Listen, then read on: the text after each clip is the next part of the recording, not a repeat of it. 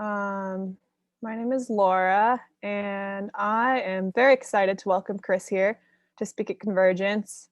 I've been following a lot of his work through Instagram and always appreciated how he is very willing to name and push back on the dogmas within the so-called sustainable or regenerative agriculture movement. And I think it's a very refreshing voice. And so I want to welcome Chris to share his perspective on the realities of producing food in ways that don't exploit people or water or soil or air, as modeled by Indigenous people who've been doing so for millennia. So we'd also like to thank the Walton Family Foundation for their support of this keynote. And I invite you all in welcoming Chris. Thank you so much, Laura, for that great introduction. It's always really weird to be doing keynotes because I've always considered myself to be a farmer first, and being that guy that's talking about farming always feels weird. But I'm happy to be here to what I hope is share a bunch of things that I wish I'd known when I got started in farming 7 or 8 years ago, because I came in raw. Like, I didn't know anything about agriculture. I didn't have a farming background. Prior to coming into farming, I didn't even have that keen of an interest in farming. So with this talk, we're going to talk about, first of all, how I got here, like how I got onto the landscape, why I got involved in this business of ours. And then I'm going to talk a little bit about how much it sucked and what went wrong and why. And I'm going to talk a lot about the farming environment and the way most of farming works that I didn't realize as someone coming in without that background, not coming from a farming family or from an agrarian background, and why those things went wrong, and why kind of the truth about farming is hidden from most people. And then I'm going to talk a bit about how indigenous agriculture and indigenous foodways actually work, especially with regards to my own people. I'm an enrolled member of the Chaptico Band of Piscataway Indians. My ancestors have lived from what is present-day Washington, D.C., which was Nacotchtank, all the way down into the tip of southern Maryland, where you have Issue in Newburgh, what was known as Chaptico country, which is where my specific family and clan are from. So we're gonna talk about how we did agriculture as opposed to what the sustainability movement tends to view as sustainable agriculture, and how much space there is between the two. A surprising amount of space. And then I'm going to talk about our work today, how we've moved from focusing on our individual farm and making this farm perfect, and really focusing more on creating an environment where farms like ours can thrive, so that our movement can actually fulfill its mandate to challenge conventional agriculture. So that's kind of the long and the short of it. So today we are a diversified livestock farm. We're focusing on beef, pork, poultry, egg-laying hens, kind of all the things you think about in a layered, kind of pastured and forest-based livestock system. We're very much like polyface, but without the racism and weird cultiness. And we are situated in the northern neck of Virginia, which is this really advantageous geographic location where we're like 2 to 3 hours away from 6 or 7 major cities. So we've got Baltimore up to the north, and then DC down to the south, and then you head over a little bit west, you hit like Fredericksburg, Charlottesville, Richmond, and then down into the Virginia Tidewater, where you've got like Virginia Beach, Norfolk, and the big port towns down there. So we've been really fortunate to be in this geographic area where we've got just markets all over the place. And it's been a big part of what's allowed our operation to thrive over the years, in spite of us really hitting a wall. Today, we're right at an inflection point where we're evolving from that individual farm into a collective of farms, gardens, mills, processors, distributors, restaurants, and markets, really an entire food system that, that is kind of architected around a regional food system trust. And I'm going to talk about what that means specifically. But so with that said, that's kind of who we are. And now I'm going to tell you a little bit about how we got here. So my background is in tech. I went to the University of Maryland, College Park. I was born and raised in DC, like Chocolate City, DC, back in the 80s. Back when it was like overwhelmingly Black, you know, Marion Barry was my mayor. And I grew up not poor, but definitely poverty adjacent. I grew up where there's two neighborhoods, one called Anacostia, one called Hillcrest, that kind of butt up right next to each other. And I grew up there in a nice, stable 2-parent household, despite all the stuff you hear about our people.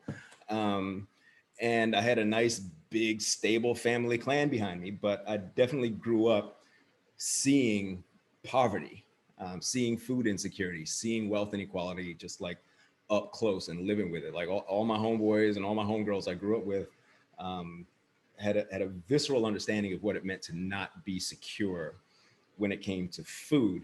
But it would be a very long time before I would kind of put 2 and 2 together about how that vulnerability around food access translates into people on the ground and kind of the sustainability movement in the middle. So anyhow, graduated from college and trying to run away from potential poverty as quickly as I possibly could, I started working for a succession of slightly less evil corporations. So I started out Lockheed Martin, writing software for like the NSA and other kind of government boogeymen. I got sick of that, I think in less than a year and a half, left the military industrial complex and jumped right into the eagerly awaiting arms of the nonprofit industrial complex. So I went to a smaller company that was writing code for I don't even know what half of them were doing now, but it was all nonprofits, foundations, and just there's kind of a coin, and you've got military industrial complex on one side, nonprofit industrial complex on the other side, and it's all just as ugly, just in a different way. So got sick of that, left to go to an even smaller company that that worked for an agency that we would probably characterize somewhat as not exactly friendly. It was the IRS. And they were about as happy a client as you would think somebody is that works for the IRS. So I loved my team. I loved kind of being at the top of my game. Like I'd kind of gone from the engineering role to more of the engineering manager and kind of CTO role. But I didn't like what I was doing. I was living at the office, working for a client that like didn't really want us there. If anybody out here has ever been a consultant, and you know how much you're not wanted there. Like they hate the fact that you're there kind of telling them how to do their jobs or providing expertise that they don't, that they can't provide themselves. So that job led to a degree of stress that led to a big, juicy cancer scare. So at that point, before that, my wife and I had decided that at some point we wanted to, once we retired, sometime way off in the future, when we like amassed a whole bunch of money and can buy a 200-acre estate somewhere, we were going to focus on indigenous foodways in our retirement. We were going to raise bison, old heirloom varieties of corn that were held by a lot of the seed keepers that are in our area that are holding on to old varieties of things. And that was going to be our retirement. But with the cancer scare, my wife, demonstrating why married men tend to live longer, said that my tech career was over and we were going to accelerate our plans to go back to the land by like 40 some years. So we dove kind of headfirst into all the literature around sustainable agriculture at the time. And this would have been back like 2011, 2012. And it's amazing the difference between the people, the experts, the literature, and the media that are available regarding sustainable ag and farm to table and all that stuff in just those 8 short years or so. Because back then, the people you were hearing from, and pretty much the only people you were hearing from, unless you were already in the movement, would have been people like Michael Pollan, Joel Salatin, Alan Savory, Bill Mollison, like all the permaculture people, the farm to table people, the holistic management people, the regenerative agriculture people, all the white people, all the old, mostly white men were kind of the only people I had access to, not knowing exactly who to ask questions of and who to interrogate like this lifestyle from. So listening to these guys, and especially to Salatin, which is ironic considering like that he and I have like beef now. Listening to him got us into this idea that that we could make a middle class living on a farm as long as we were hardworking and clever enough. To hear most of the godfathers of the farm to table movement talk, you would think that that's kind of all it takes. And the big barrier is just land and learning how to build your market. So with that flawed understanding, we jumped right in. We bought, I think that fall, we bought 80 broiler chickens and like a half dozen pigs and 100 egg laying hens, just to see if we'd be able to do it like on a tiny, tiny scale. We decided we're going to burn through some savings through the fall and through the winter, slaughter 80 chickens, see if we could do it, see if you could like actually look a chicken in the eye and like, cut the carotid in the jugular and watch it bleed out and not go nuts with guilt and shame or whatever. And we were going to see if we could raise pigs up to like market size and not kill them and like take them off to the butcher shop and get them packed up and have them customed and wrapped and sold and everything. So we figured we'll give this a shot. We'll see if we'll make it. And we did to an extent. First poultry slaughter was a nightmare. It took us 3 full days, sun up to sundown, to process 80 chickens, the both of us, which is like an amount I can do in an afternoon now blindfolded. But back then, it was like the hardest thing I'd physically ever done. We took the pigs off to butcher. We got those sold. The egg laying hens was kind of a disaster. We did not know how to protect them from predators. And the years kind of roll on, like, first year, second year, we get a little bit bigger. We bring on more broiler chickens. We bring on a few more laying hens. We decide to raise pigs in sets of like 20 or 30 now. But immediately the math started to break down financially. I had to go back to my tech job, telecommuting. So now I was basically working a full-time tech job and trying to farm on the weekends. My wife was sort of working, sort of not. We really wanted to have a family, so we went ahead and had a family because we didn't want to wait. So there's lots of pictures from our old Instagram archive of my wife like wearing a baby on her back, breaking down chickens, butchering chickens, collecting eggs, and doing everything a farmer does just with a half a person on your back.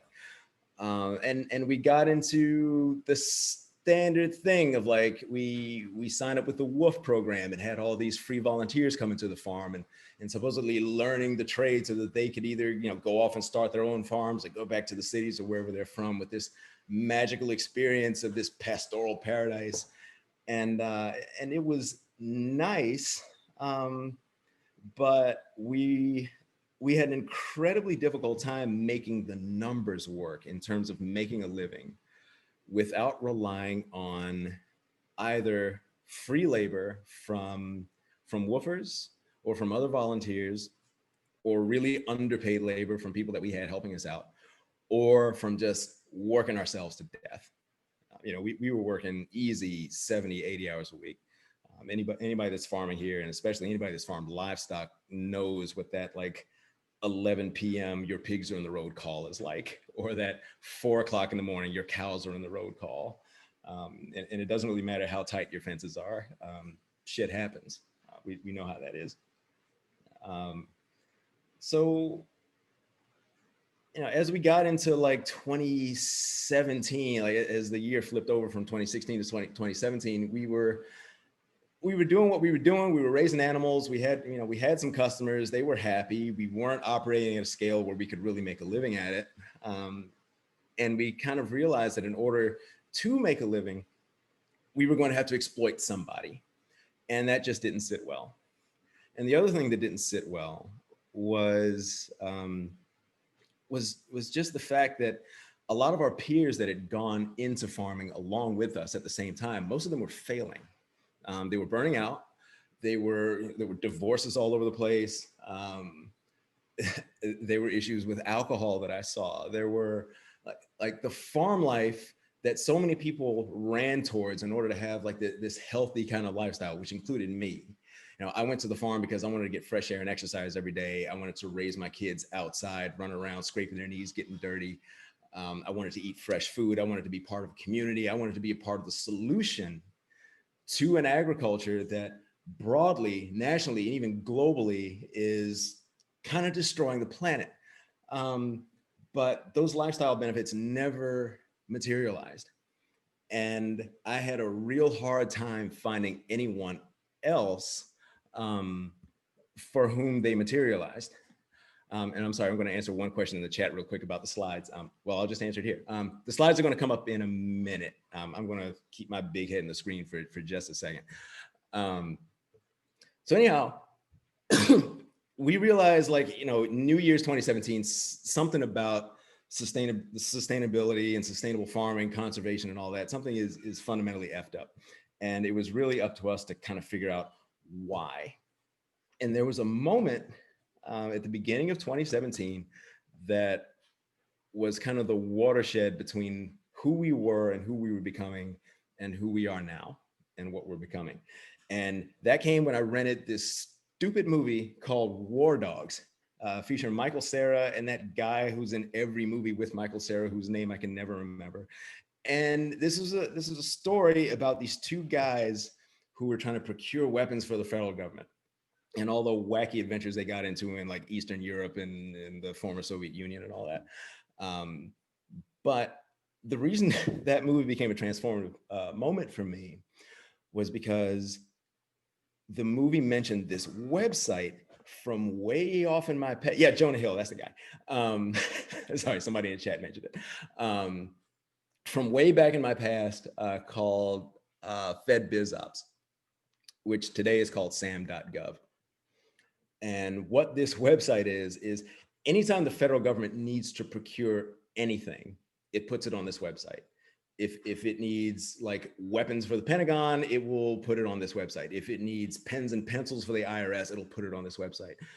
And just for the heck of it, I decided to see, they must procure food on this thing too.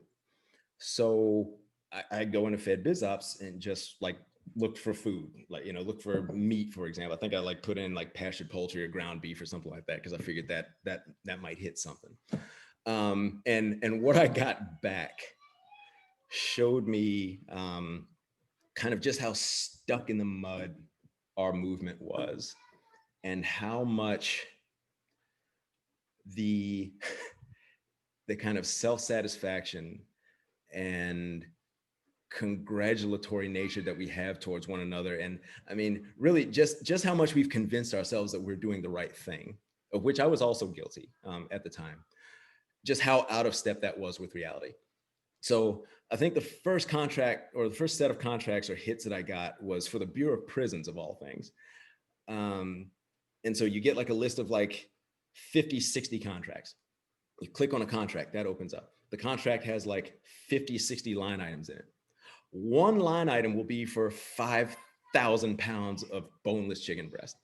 Another line item is for 10,000 pounds of ground beef. Another line item is for 2,500 pounds of chicken leg thigh quarters. Another one is for like 40,000 pounds of like shredded pork carnitas burritos that are already frozen and packaged and you know, whatever. And like, you just had this list, and this would be one contract, and there'd be dozens of other contracts just for one part of the prison system, like down in southern Louisiana somewhere.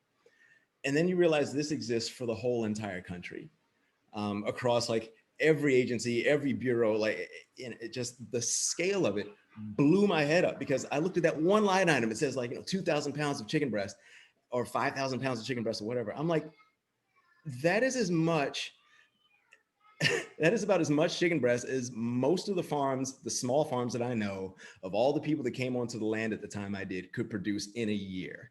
Like that 5,000, like 5,000 pounds of chicken breast is about 5,000 chickens. And, you know, if you've got one guy here raising 1,000, another one over there raising 1,000, you put 5 of those guys together, they put their entire harvest, you know, together to fulfill this one contract. They fulfilled one line item in one contract out of like probably 1,000 for 1 quarter.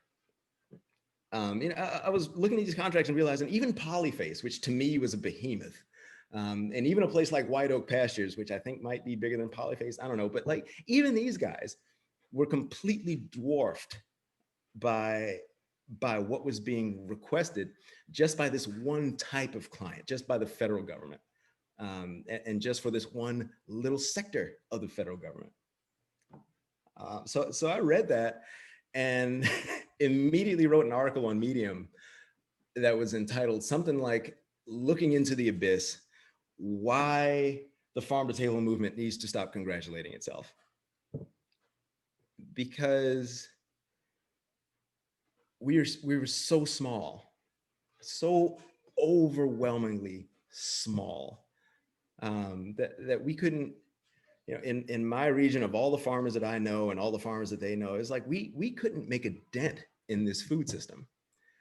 And you start to look at other statistics that are even less encouraging, like, you know, the fact that we're being outsold at the grocery store like $400 to 1. Like, we're not even a rounding error at that point. 1/400th. I mean, I don't know. That's the kind of margin of error that like make you miss the moon, but like that's about it. So it was something, you know, something was just effed up. And so my wife and I faced a choice at that point. It was either we could look at this problem head on and admit that something was fundamentally wrong, probably with us as small farmers, as a cohort, or we could have gone the other route.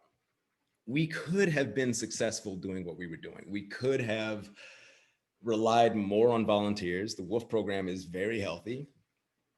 People are happy to be underpaid to work on farms. Like, people would pay me to come here and pull my chicken tractors. People would pay me to release my hands to collect our eggs. Like we could absolutely exploit people with smiles on their faces. You know what I mean? And we probably could have expanded to the point where, you know, you just hired like a handful of people who would be like year-round experts who could like lead these teams of like barely paid or not paid at all people. And I could have gone on the speaking and conference circuit to teach this model and make thousands of dollars per speech to talk about it, and like made my living that way. We could have absolutely done that. But it just felt like bullshit, because there's no way you can say that this method of farming is going to save the world when there's so much wrong with it, and when it fundamentally requires the exploitation of people. The whole point of the sustainability movement, as far as I'm concerned, is to end exploitation. We're supposed to stop exploiting the natural world. We're supposed to stop exploiting the soil and the water and the air and the flora and the fauna and poor people and Black people and gay people and trans people. Like, that's supposed to be the point, because exploitation is not sustainable. Because in my tradition, we are all related. That's why we have that term, all our relations. That refers to everything and everyone, whether or not it is or is not even alive. So if you hurt one, sooner or later, that pain visits itself somewhere else in the system and comes back to you. Like, I could exploit a woofer all day long, right? Like, woofer comes to my farm and decides to like work on my damn farm, and that person is working for free. and he feels good about the exploitation, but the exploitation passes through that person's body and hits somebody else down the road in the form of a job that doesn't exist. And then you wind up in the situation where agriculture fundamentally just requires squeezing people. And that makes it so much like regular agriculture, and isn't the point to get the hell away from that. We came into farming with this idea born of complete ignorance, not knowing what we were coming into, that if you worked hard enough, if you stayed up late enough, if you woke up early enough, if you were creative enough, if you found enough creative methods for like getting land and signing up for land trusts and like going around the system and tap dancing and shucking and jiving around like all the supposed hurdles that are between you and success, that you would make it, that's all it took. But no, like we did all that. You know, we worked our asses off. We found creative ways to get on the land, to raise things. We found incredibly creative ways to market our products, and we made money doing it. But there was no way to do it without exploitation of people. We found a way to like not exploit the land, but the people, we had to squeeze them, including ourselves. We had to sacrifice our mental health. We had to sacrifice the potential for other people to have jobs. We had to sell snake oil that said, if you came and worked on our farm and you were educated with us, then you too go west, young lady, and start your own farm, without maybe telling them, hey, and actually in order to make it, you kind of have to be a marketing genius. And you also, by the way, have to do the same thing that I just did to you. There was no price that consumers could pay for food that would break that cycle. When Joel Salatin would probably crap his pants if he realizes I was actually at his house, like 5 feet from him. But when I was at his seminar, I specifically remember him talking about consumers needing to pay the right price for food and farmers needing to capture more of the food dollar. And the idea was that as long as the farmer got the appropriate amount of the food dollar, and that food dollar reflected the cost of producing it, then everything would be okay. And I bought that line, hook, line, and sinker, right? Because it lets me off the hook. You know, it means the farmer gets more, the farmer gets more, the farmer gets more. The consumer needs to do more. The consumer needs to educate themselves. The consumer needs to get to know their farmer. The consumer needs to pay the right price for food. The consumer needs to vote with their food dollar. We're real good at passing the buck. It's everybody else's fault. The consumer's a dummy. The government's full of assholes, and everybody's out to get us. Like that kind of paranoia is how you wind up with Trumpism, and it is a real slippery slope. Like, even as progressive as a lot of us in this audience might think we are, like you'd be surprised how that can get in your DNA and turn you into something. And the other thing was, like, even if people were to educate themselves and decide that like my pork chops really are worth $12, $13 a pound, the higher the price goes, the less accessible your food is. The farm to table movement is inaccessible enough even if the food were free.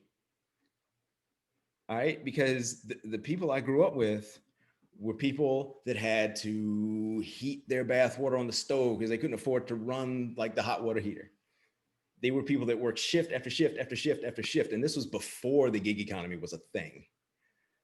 These were people that understood like the cost of food is not, and the cost to feed yourself is not just, can I afford the food? It's, can I afford the time to cook? Can I afford the time to clean up after myself? Can I afford the space to put the damn food away before I cook it and when I'm done with it? Do I have a pantry? Do I already have like a rodent infestation I have to deal with? Like can I afford pots and pans and cutlery and flatware and Tupperware and like all like all the infrastructure, all the household infrastructure that's required in order to be able to cook for yourself and eat slow as the movement insists you must do in order to be a good person is completely out of reach of an increasing and gigantic segment of the population. And nobody in our movement was talking about it.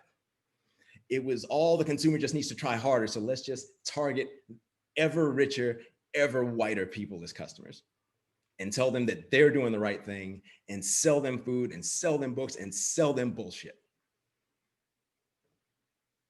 So we said, screw all that. Like sustainable ag insists that we're supposed to compete with conventional agriculture by unwinding it. We're supposed to unwind agriculture to this past where American agriculture was about small farms, feeding communities, and agribusiness and cash and exploitation wasn't a part of it. You know, there was some orgastic past where everything was fine and like the Jeffersonian yeoman farmer ideal was real and was on the ground, and it's not true. You know what I mean? Like it's absolutely not true. Like American agriculture since the invasion of this country has always been about cash, exploitation, and turning natural resources into money by any means necessary. Like that has always been the case. It was true in 1492, it was true in 1597, it was true in 1607, it was true in 1776, it was true in 1865, it was true in 1930, it was true in 1965, and it's true right now. It's still true. Like over in Europe, 15th century Europe, you had this constant cycle of war, debt, war, debt, war, debt. You had the Spanish who were kicking the Moors out of Spain and North Africa and whatever the heck was going on over there. And these wars had to be paid for. They were paid for with debt. And in order to pay back that debt to the various Italians and other people that they were in debt to, they had to find new places to conquer, new places to extract from. That's how you wound up with sugar. Christopher Columbus was on his way, like looking for spices or whatever, got lost, Forrest Gumped his way into Hispaniola or whatever, cuts the hands off of kids and women and pregnant people and whatever, looking for gold, doesn't find it. So the first thing they start to do is, well, next best thing is to grow what'll grow here. And what grows there that people are going to want back in Europe is friggin' sugar. And that pattern continued forever. It started with sugar. It extended out to, it became maybe tobacco next. And then it became cotton.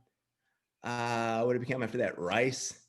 They imported African engineers, not slaves, engineers from Africa to engineer rice paddies in the American South. You had what else? Like indigo was one for a while.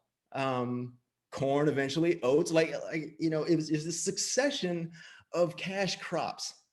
And on the margins, in some special cases, yeah, you had small farms that were family oriented, community oriented, and it sucked.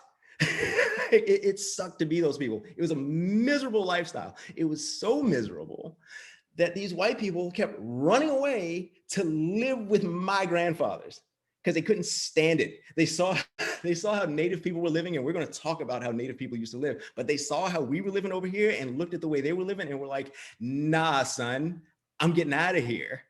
So, and it was so bad, like that lifestyle, that like small farming, like yeoman lifestyle thing, it was so freaking bad. And it like you had enough people leaving these colonial empires that required the sacrifices of poor white people as well, which is something they tend not to realize. They had to pass laws against it. They would start wars over it. White person would leave like a colony and go to live with the Powhatan, and then that colony would declare war. It was that bad. Like if you want to live with the Indians so bad, guess what? We're going to wipe them out. So this past that the farm to table movement reaches for, it ain't there. Sorry. What is there is a pre-invasion past that was much closer to what our movement purports to want, but is not what people think it is. And we're going to talk about the difference between what we in this room maybe have been told is sustainable agriculture, that is based on smallness and not being integrated and being hyper local. And we're going to talk about how indigenous food systems are the exact opposite of that. And nobody seems to realize it. So the other thing, besides the fact that we're reaching into a past that isn't really there, is we have a competitive environment that does not foster the development of small farms. It just doesn't. Like everything, like the paranoia to an extent is real. It's not made for us. The regulations, the regulatory environment, the capital environment, the labor environment, like it's all built for big things to succeed. And the problem is that we've convinced ourselves that big is necessarily evil. We think that like big corporations, big ag, big agribusiness, they're evil because they're big. And we forget that they're evil because they're evil. There are plenty of small evil farms.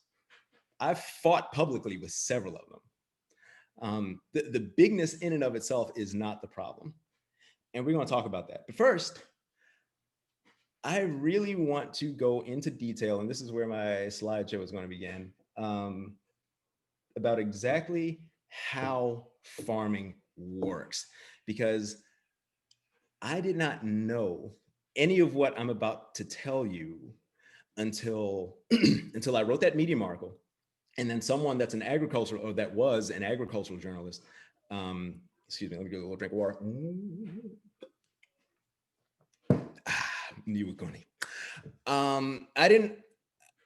I met her after I read this, after I wrote this article, and she hits me up. She's an agriculture journalist working with RFD TV or something like that. She was like a mainstream agriculture person. Like she knew how big grain operated. She'd written for Civil Eat. She'd done all this stuff. And I got a clinic from her about the reality of farming, and how basically farming isn't a business. It's a cartel. That's what it is. And so I'm going to show you something right quick. Let's see. Hopefully everybody can see this. Maybe yes, maybe no. I can't see the chat, so I'm just going to assume everything is okay. Okay, you can see, great. Okay. So what we're going to talk about right now is how most of agriculture in this country works, and how it got there. So the primary driving force between the American farming system today was about, like I said earlier, occupying land and extracting wealth. That's what it was always about. It was about growing sugar in the Caribbean and in the South and in the Southeast or whatever, turning that into sugar because Europeans would pay all kinds of money for it because ain't nothing sweet in Europe. And then it went to tobacco, it went to the beaver trade, it went to gold, it went to anything that would turn over money. But it was all about parking yourself on that land and extracting money. It was not about feeding communities. It was not about protecting the environment. It was not about a holistic relationship between people and nature, or doing the right thing, which is getting rid of that line between people and nature, because guess what? We are together and we are the youngest sibling. We don't know anything. It was never about any of that. It was occupy land, extract wealth. That's what the homesteader movement was about. That's what the tobacco plantations in the South were about. It's what Central Valley farming in California is all about. Like, that's what it's all about, is extracting wealth. And then what starts to happen over time, you finally get into like the turn of the 20th century, you get into the 1920s, 1930s, they start inventing things like tractors and combines and cultivators and all the things we associate now with conventional, quote unquote, factory agriculture, in spite of the fact that factories were really modeling themselves after plantations, right? It's kind of funny how that gets missed. But anyhow, with mechanization, you're allowed to farm a lot more land. It gets real easy to occupy more land with fewer people. And the more land you get, the more you need the mechanization. And that turns into kind of a vicious feedback loop where you wind up with rural depopulation, which is something that progressive politicians never talk about, and they should, because it would be the easiest way to solve most of the problems in rural America, is to address this little thing right here. You've got machines, you are able to kill things like agricultural unions, agricultural collectivism. You're able to kill that instantly before it can even really form and gain strength. Like a lot of people don't understand that, like back in the day, like back in the like early 1900s, 1910s, 1920s, rural America is the hotbed of leftist radical everything. And it was because that's where the labor exploitation was happening. And you had these these quote unquote hayseeds out here who were like, the greatest way to get rid of that is to just go on ahead and get rid of the people. And machines allowed that to happen. So there was a mass exodus of people from the landscape owing to mechanization. And just for icing on the cake, to kick all the Black people out and to keep the Indians under control, we had just a little tiny bit of racial violence for a period of maybe 120 years or so. Rural depopulation was not an accident. It is a design. Anybody that lives in rural America sees that design in action in the form of concentrated political power. Screwed up electoral college. You have Wyoming with as many senators as California, and with all the attendant results of that. You have gerrymandering, and you have, especially for anybody living like in a little red county like I do, this local political like homogeneity of thought and this hegemony of like, you know, anybody who lives in a rural county knows there's like maybe 2, 3, 4 families that own everything. They own absolutely everything. Like they own all the farms, they own like all the stores downtown. They run like the general contracting outfit. If any money comes into the county or into the town from the state or from the federal government, like it goes through them. They award the contracts to their homeboys, and nothing happens in these places without these people, unless you, kind of like me, are able to come in as an insurgent with a bunch of somebody else's money and disrupt it. And that might make me feel good, but that's not a way to combat a food system that doesn't work systemically. So anyhow, that depopulation gives you the electoral politics we have now. Once you control the government, you control the government purse to a great deal. And so you wind up with government pork, subsidizing your wealth as a farmer and as a landowner. And a lot of people don't understand, like you hear all these sob stories about like farmer debt. We're $400 billion in debt. And half of all farms have negative net income every year. And they forget about the other side of that, which is that in spite of that, $400 billion worth of debt, farmers have over $3 trillion in assets. Their balance sheets are fine. But they don't talk about that at Farm Aid concerts, right? And they don't talk about the fact that most of the farm owners, we're not talking about farm workers here, we're talking about farm owners, big difference. Farm owners, because of mechanization and because of like places where mechanization isn't really possible, like again, farming in the Central Valley, if you're doing organic stuff down there, you need people who can like, pick up like cantaloupes and see that they are in fact like, if you've got breeds of cantaloupes that can't be mechanically harvested, you need people. And you need people willing to work cheap. You need people who are subject to things like ice raids so you can keep them under control. These guys don't have to work on their farms all that much. Like you can absolutely run a 3,000 acre grain farm on the weekends. You can. I've seen people do it. People like, this is grain country where I'm at. People do it all the time. And the rest of the time they work in town. They're firefighters, they're cops, they're like bookkeepers on the side, they telecommute, some of them collect unemployment. And that's how, in spite of the fact that half of farms, as in the farm businesses, lose, half of their income, like, have negative incomes every year. Their actual incomes, if you look at the USDA ERS, medium farmer incomes are actually well above the national average. They're doing fine. The average net worth, that is after debt, of a farmer is almost $1 million. It's like $850,000, $860,000 or something like that. They are richer than everybody. Some of them are in trouble because they made bad bets with their equity. And that can be like anything from buying too many cows when milk prices are in free fall instead of investing in something else. Or it could just be stupid stuff. Like, I mean, yeah, well, that was stupid, but even dumber stuff. Like, I'm going to put 3 decks on my house and put spinning rims on my tractor. And like, now, oh God, I'm in trouble because commodity prices fell and the subsidies aren't enough to like make me whole. But by and large, these guys are doing fine. So you're able to use your political power to like concentrate government pork, not only in the form of things like direct payments, which is the thing that everybody tends to think about, but like agricultural dumping. If you've got people who are just like, who are just producing way more corn, for example, than anybody on the planet ever needs, in order to get some money for that, it's still got to go somewhere. So you flex the power of the federal government to do things like invent markets in Africa, the global South, and Asia, like in, you know, squeeze Japan to take some of your soybeans or whatever. Like, that's a subsidy because that is your product going somewhere that doesn't really want it, that would much rather foster their own domestic agriculture industries, but instead, because you know you're going to squeeze them via monetary policy or some other way, like you force them to accept your bushels. Ethanol is the big one, right? Nobody ever asked for ethanol, ever. Ethanol sucks, and yet you're required to have it. Like, the federal government invented a market out of freaking thin air in order to have somewhere for these rich people's corn to go. And then you got stuff that's like on the margins, like crop insurance. And crop insurance isn't just a thing that kicks in, like if hail comes in and like, you know, shits the bed with your corn crop. Like, crop insurance includes price insurance.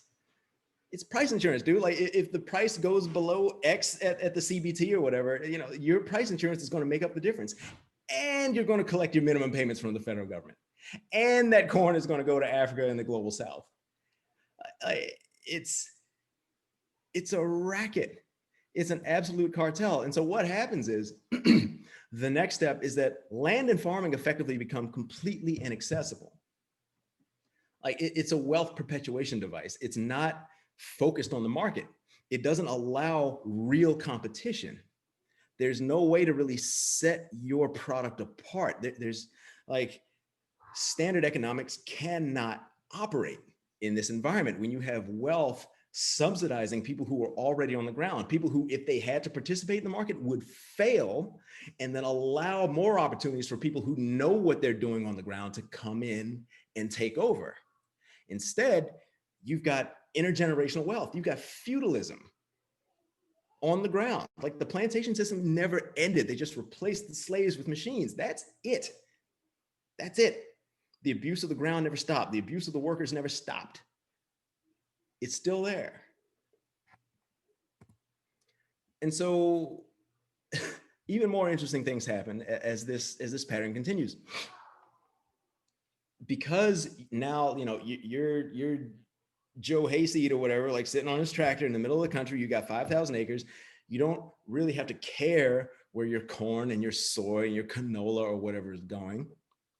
You're completely divorced from the market, but somebody's going to realize that people do need to get fed, and there's an opportunity to be made. You know, there's an opportunity present in the fact that we have all these incredibly cheap subsidized commodities like corn that can be turned into damn near anything, from corn on the cob to bioplastics to biofuels to freaking corn syrup and everything in between. You know, there's something like 20, 30,000 SKUs of stuff that are just corn, just different permutations of corn. When the farmers don't have to care about the market, when they're not incentivized to care about the market, when the farmers can stay wealthy and they can keep making income that's above the national median average without having to really give a shit about the broader market, then they're not going to. And so you're going to have this stratification between farms and agribusiness on the one hand, on both hands. Screwed that up, didn't I? So agribusiness is the ones, you know, kind of looking at the consumer and making a profit based exclusively on the cheapness of their inputs, of the agricultural inputs. And you have farms who just don't have to care. They produce corn, and you know, they use this system of subsidies to make it work. You don't have to make that much money from your farm if you're able to work a full-time job in town and your like $2 million estate is appreciating at 4% a year. You're fine as long as you don't make any bad, dumb bets. So there's no incentive for farmers to get into agribusiness and to actually start orienting their farms toward the communities that they're supposedly feeding, but they're not. Because if you look at if you look at a global chart of calories produced versus calories delivered to the food system, the United States is dead last. For every calorie we're producing, we're delivering like 30% of those calories to the actual food system itself. The rest is either being wasted, turned into fuels, turned into non-food products, turned into livestock feed, where the conversion rate is just terrible. If you want to see where people are actually getting fed, you got to look at peasant farmers in the global south. The people who have always been good at feeding people are these poor people who you never see, like poor colored people, mostly women, people you tend not to see at agricultural conferences in America, where it's all white people. It's a parade of old white dudes with money who are pretending they're not in this system you see here, but they damn well are. They damn well are. You always have this idea that farms and agribusiness are like struggling against each other. And especially this idea that farms are like under the boot of agribusiness, but that is not true. What you have, and if you look at this diagram, you kind of see the loop, right? You've got, you've got farmers who are wealthy in terms of asset value and leverage. And you have agribusiness that is rich in terms of cash and stock. And they are both behemoths fighting one another for relative advantage. It's like 19th century Britain and France. Like they're both powerful in different ways. One's got a giant navy, one's got the best, scariest army in the world. And each of them is demanding that God get involved and give them a competitive advantage. That's all this is. Farmers are not these like poor, can't do nothing about anything type dudes. They absolutely have agency. They just don't want to exercise it because they've never had to. That's what all that is. So you see in this diagram that you've got farmers who have this outsized electoral power. That's how they're able to like flex their muscle that winds up becoming the farm bill. And then you've got agribusinesses able to lobby because they have cash. And they're both fundamentally fighting for the same things, except in some cases where you have concentrations of agribusiness and the farmers feel like they don't have enough people to sell to. But by and large, their interests are the same. They're all trying to get big. They're all trying to have more money. They're all trying to be powerful relative to the others. And that's what the whole game is. And meanwhile, that control of the government allows them to exploit everything. It allows them to exploit farm workers. It allows them to exploit food workers. Like, I mean, I think just today, I think Donald Trump, who, I mean, still has like the electoral boot up his ass trying to like get him out of the White House, just now like froze farm worker pay increases just because he could, just so that people can keep like, I don't know, mining groundwater in the Central Valley or whatever. Like, I guess that's why, I don't know. But in any case, it's that power, that concentrated power of these two people that fundamentally have the exact same interest in extracting and using capitalism for its intended stated purpose. That's what allows you to blow up the environment, blow up farm workers, and blow up the food system that winds up in cheap food upon which we all depend in some form or another. Because the whole exploitation thing, the wage inequality thing, like that goes beyond food and farming. That is the whole entire economy. That's the gig economy. That's tech. That's every part of what America is today. And cheap food is basically what keeps people from rioting in the streets every day with an intensity of violence that would make the George Floyd protests look like a freaking cotillion ball. This is required for our system to work. So that's what we're up against. This system of just concentrated power, this full flexing of capitalism, like that's what we're looking at. It's not just agribusiness. It's not just agribusiness, dude. It's the whole damn thing. You know, who benefits from this?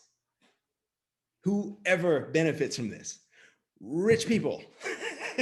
Rich people. The farmers are rich. They benefit. The agribusiness executives and their shareholders, their stockholders, they're rich. They benefit. Everyone else suffers. we're not, I mean, at this point in late stage capitalism, we're not even concerned with building a broad-based middle class. It's like, we don't even care anymore. You know, we're just going to exploit people en masse, and we're going to invent a gig economy and call that like opportunity or whatever. Like that's where we're at. So this idea that we're going to compete with this behemoth, excuse me one more time. Talking way more than I thought it would. The idea that we're going to compete with this by atomizing the discussion of sustainable agriculture around individual farms is a pipe dream.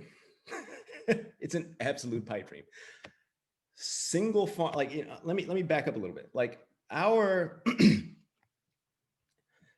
our notions in our movement of how we're going to compete with this shit is our farms are supposed to be able to proliferate. You know what I mean? We've got big farms, big agribusiness on one side. And so what we're going to do is we're going to have 1 million small farmers. We're going to have fields and fields and fields of farmers. We're going to be selling directly in our communities. We're going to bypass agribusiness. We're going to provide a real alternative. And it's going to be based on this broad kind of exodus of people from the tech and information economies into rural economies and into the food economies and into urban agriculture. And there's going to be this rich, democratic with a lowercase d kind of proliferation of our movement. And the problem is that that just doesn't square with reality. Like I said, I got into this business in 2012, 2013, and I'm getting lonely. Farms are folding every day because it's too damn hard, because the water's too damn cold and people are freezing to death.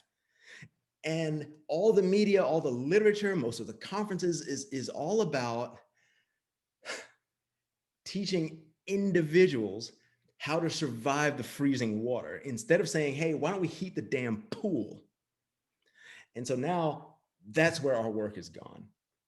It's gone from teaching people how to survive in the freezing damn water to heating the pool and creating an environment where our farms can actually jump in and survive. And the way to start exploring how that works is to, you know, we're all looking for examples of what worked. And like I said, we look to this past that doesn't exist, but there is a past right behind that that does exist, that gives us some sense of what is necessary in order for these farms to work. And of course, I'm talking about indigenous people. I'm being selfish, right? I mean, my dad likes to say that indigenous people are the only people who ever got conservation and communism right. Everybody else found a way to screw it up. We're kind of going to talk about both at the same time. So the sustainability movement today largely says that the solution to our food system is for there to be small, independent farms, to avoid integration, to make everything local, and to orient everything around the individual farmer, to empower the individual farmer. It is all about that individual. It is highly atomized, and it is why we are failing. That rugged individualism stuff, that is the bastard child of settler colonialism and capitalism. Individualism is how they broke up native communities. That's the Dawes Act, that's the Allotment Act. Like, you know, you had these communities that were like you couldn't pick apart the individuals, so they decided to separate the individuals and pick them off one at a time, one at a time, one at a time. That's how you got the Allotment Act, that's how you got heirs property. Anytime there was an effort to dispossess anyone of anything, and this included poor ass white people, by the way, it was all about making them the individual.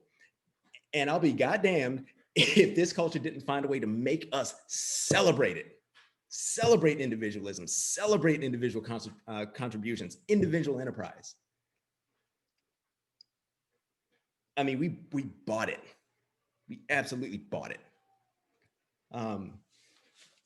Indigenous people, if you were to come like into my neck of the woods back in before Spanish diseases raced their way up the trade networks, like early 1500s maybe, you would not have found a farm. You would not have found property lines. You wouldn't have found farming oriented around nuclear families or even extended families. You would have found a gigantic, diverse, beautiful, food producing agroecology centered around the rivers that was so big, so grand, so productive that the first white folks to show up here, like John Smith, did not recognize it as a food producing landscape. He thought he had died and gone to the Garden of Eden. These were large, complicated political societies that managed to produce food and feed themselves while producing a landscape that, so help me God, we can only dream of today. So it is absolutely possible to support a rich, complex civilization, because that's usually the argument against indigenous agriculture, any kind of like ancestral knowledge, right? Is that, oh yeah, but it only works if it's like a village of 9 people. So shut up while we edit this gene right quick. Like, nah, dude. you had incredibly sophisticated people, sophisticated societies that were able to support themselves without destroying everything else around them. So let's interrogate why. So if you look at indigenous agriculture, there's no private property. There is no orientation of the farming and the food production around individuals and individual families. It was a collective effort. Everybody was responsible for everything. The whole river, Potomac River I'm talking about here, was a farm that produced everything from fish, cattails, waterfowl, duck, wild rice was the big one. I mean, that was an important staple for us as corn. And then you had on the river bottoms, you had cornfields that went on for miles and miles and miles and miles and miles. Like, people don't realize that indigenous people absolutely did monoculture. We just did it very, very differently and for very, very different reasons than we do today. Now, we decide in our modern culture that corn is this thing that if you edit enough and you hybridize it enough and you make it storable, transportable, and fungible enough, you can transport it anywhere in the world. You can just make money with no conceivable end and for no real conceivable reason. But indigenous people were planting monoculture because they knew how many people they had to feed in that watershed. And so that's how much they planted. And then they moved it so they wouldn't exhaust the soil. They moved it and they moved it and they moved it. And they didn't just plant these large things with an increasing bottomless thirst for more. They oriented the food systems around what was necessary to feed the people. That's why, imagine that, agriculture that's actually about feeding a community. And everybody participated. Everybody was talak. Everybody was responsible for doing so. You had game trails that were miles long that extended beyond individual ecologies. You had bison that were coming all the way into places like Virginia and Pennsylvania because the understory was burned deliberately to make it possible for larger and larger animals to make their way toward those like delicious kind of large scale gardens that we were creating so that they could be picked off. We love pests because you can eat a pest. A pest can become a staple in your food system. The entire society was organized around the harvesting, the processing, the distribution, and the eating of food. All of it. Every time, like even our moons, even our months, our calendars were organized around what was harvested when, what was processed when, what was eaten when. Religion, language, architecture, art, vocations, gender roles, everything in our societies was organized around a sense of collective responsibility for the landscape because we were the landscape. You hurt the landscape, you hurt yourself. That was a fundamental understanding. We did not invent this division between man and nature because there is no division. And we're finding that out the hard way right now. So, we operated at scale. The farms, quote unquote, were huge. They dwarfed any like big Nebraska grain operation you could think of right now. These were farms that operated across entire watersheds. You're talking about most of like the western shore of the Chesapeake Bay. Like that's how big the quote unquote farm was. And all of the tribes, all of the bands, all of the clans, even their political arrangements, their alliances were organized around who takes care of what and making sure the trade routes stayed open. Because here's the other thing, guess what? Like native agriculture was not local. This whole like only eat stuff that's within like, 5 miles of your house or whatever. Indian people were like, nah, dude. Like people were eating corn way up in the Great Plains societies where they had bison and where they never stayed in any one place long enough to have a corn harvest. And you know how they got that corn? They got it through trade. There's trade. There was trade all over the whole hemisphere. That's how we got corn up here in the first place. But again, the trade was not about accumulation of wealth. Trade was about, hey, we've got maybe a little too much of this, so let's trade that surplus for something that we don't have here. Let's trade it for something new. Let's trade it for some knowledge. Let's trade it for other food products. Let's trade it for this different kind of stone that we can't get here. Like it was, it's kind of derided as this subsistence economy, but the fact that it was subsistence and not accumulative for no damn reason is why it worked. And the other big reason why it worked is because ultimately the system was accountable to the people. Native societies were egalitarian beyond beyond the wildest dreams of like any modern hippie commune. There were war captains, there were quote unquote chiefs, but those structures tended to be inverted. Like chiefs were at the bottom of the quote unquote totem pole, which is funny because in totem poles, like the bottom piece is like the position of honor, but it comes with an understanding that you support everyone. They don't support you.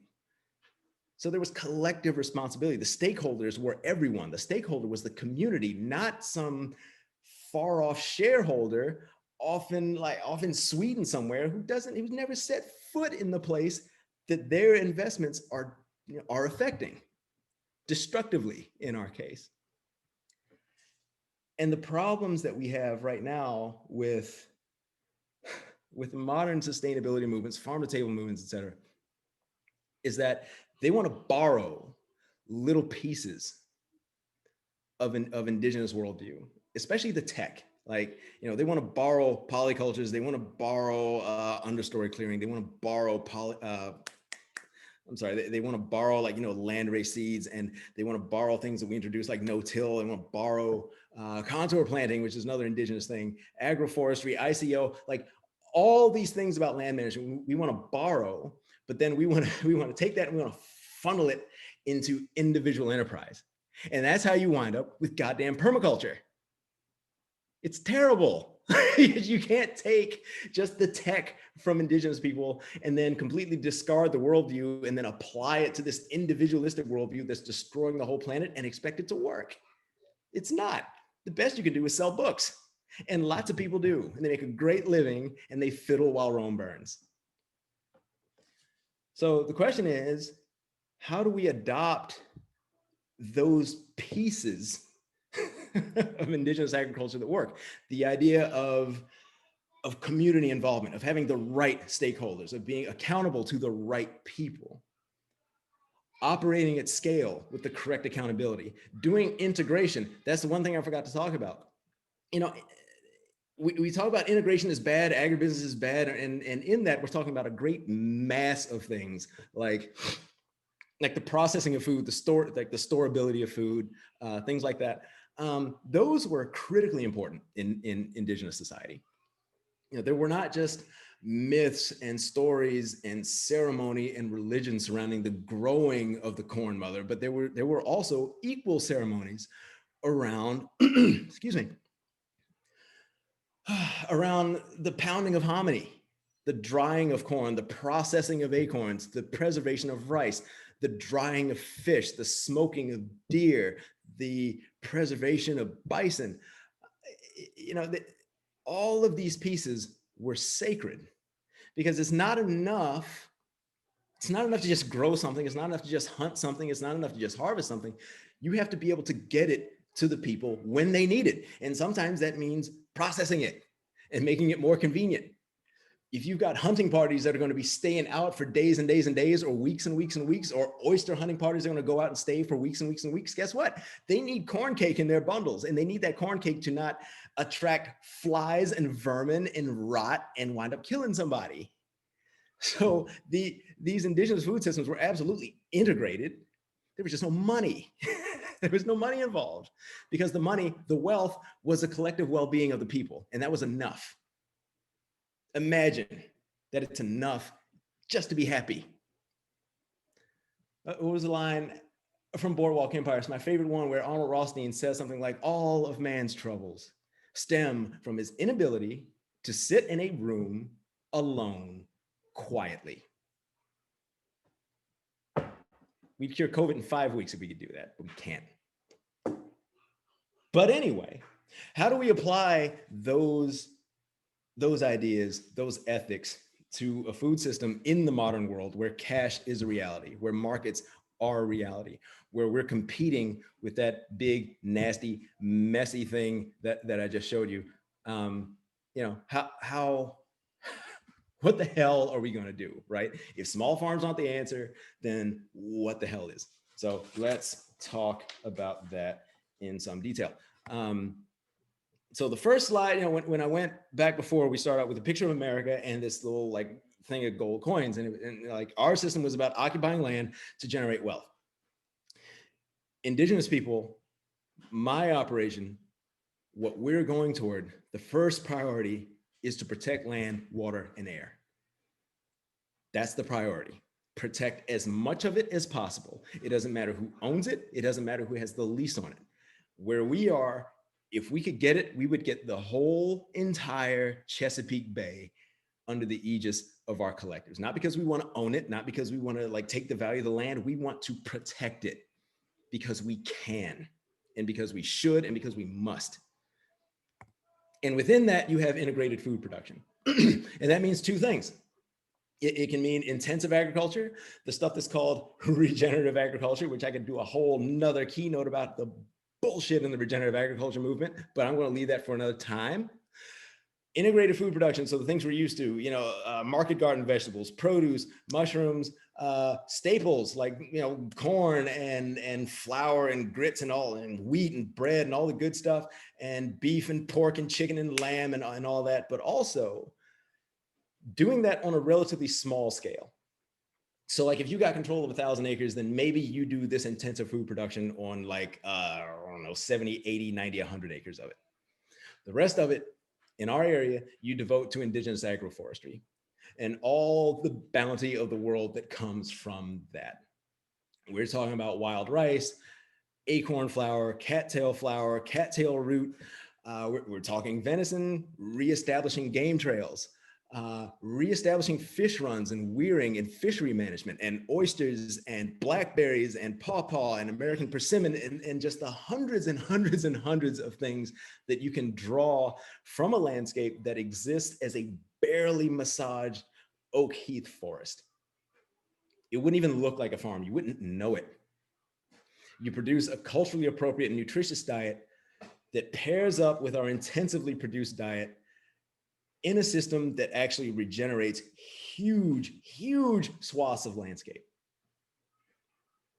That kind of indigenous agroforestry does not require a whole lot of work. It requires a lot of upfront kind of stuff, like, you know, design type stuff, but once it's there, it only takes a little bit of involvement from the community in terms of ceremony, which is why ceremonies were so important to indigenous people, because that's what you use to marshal the collective will and power of the people into a certain place in time. So you burned the understory at a certain time. You drove the deer at a certain time. You weired the river and put the canoes in the river at a certain time, because that's when the deer ran. That's when the fish ran. That's when the acorns fell. That's when the rice was ready. You imagine an agriculture where you involve the whole community just at like certain times a year, and it's kind of like a party. And that's how you feed a whole community. It doesn't even feel like work. It's everybody coming together and getting those connections, those interpersonal connections that we are all missing so much. And you put that into a food system that actually works. How do you get your hands on all that land though?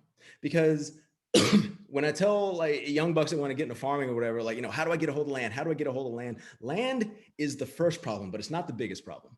And we're going to talk about that in just a little bit. But, you know, wouldn't it be nice if a few people who wanted to start farming, who wanted to, get their hands in the ground and feed their communities and produce for the people. Wouldn't it be nice if the land was just there and they didn't have to write this long, awful story about, the sunshine they had to blow up some landlord's ass in order to convince them to like run chickens on it, or God help you, like do row crop on it?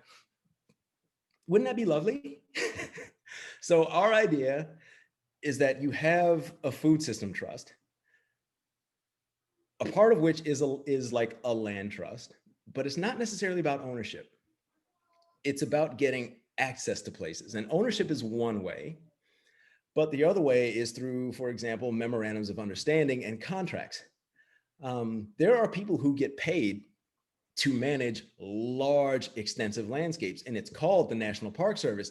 And as much as I say defund the police, the equal amount that I say is defund the National Park Service and give that money to indigenous land protectors so they can do it right.